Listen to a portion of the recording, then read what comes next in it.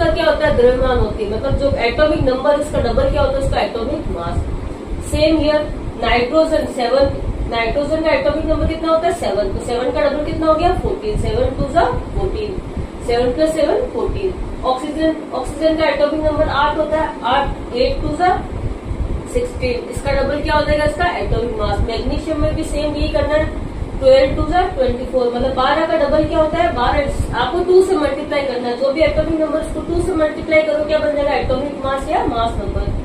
Sulphur है, sulphur की परमाणु संख्या 16 होती है, तो उसका परमाणु द्रव्यमान कितना होगा 32, 16 दूने 32। कैल्शियम 20 20 × 2 कितना हो गया 40। यहाँ तक तो हमारी ट्रिक की आ गई काम। अब ये दो एक ऐसे एलिमेंट्स होते हैं जिसका आपको अलग से लर्न करना होता है, जिसमें हमारी ये वाली ट्रिक काम नहीं आती। कौन सी, डबल करने वाली। इसमें क्या होता है, आसपास एटॉमिक मास आता है, होता तो डबल से ज्यादा ही होगा।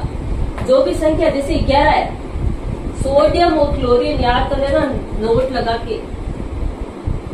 सोडियम जिसको बोलते हैं Na और क्लोरीन, इसको आपके अलग अलग से आपको लर्न करना है, इसका मोलर मतलब एटॉमिक मास याद करना है। कैसे याद करेंगे, हमें पता है सोडियम, इसका एटॉमिक नंबर क्या होता है 11।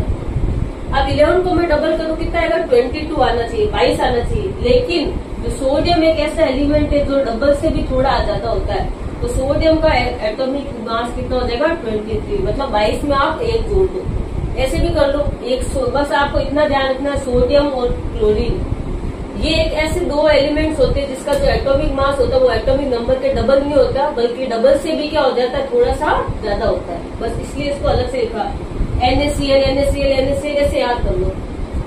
क्लोरीन 17 है, 17 का डबल क्या होना चाहिए 17 दूना 34, 34 होना चाहिए।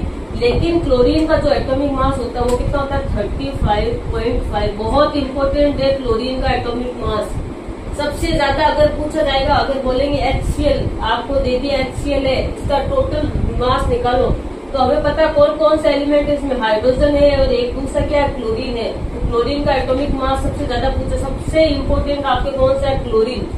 तो ध्यान रखना, हाइड्रोजन एक ऐसा एलिमेंट है जिसका एटॉमिक नंबर और एटॉमिक मास दोनों सेम होता है।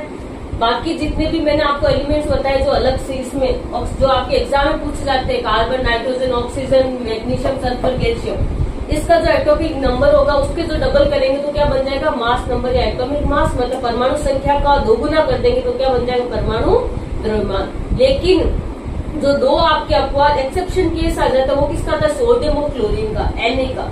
सोडियम जो होता है उसके एटॉमिक नंबर होता है 11, लेकिन उसका एटॉमिक मास 22 की जगह क्या हो जाता है 23, क्योंकि 11 2 से क्या होता है 22, लेकिन उससे क्या हो जाता है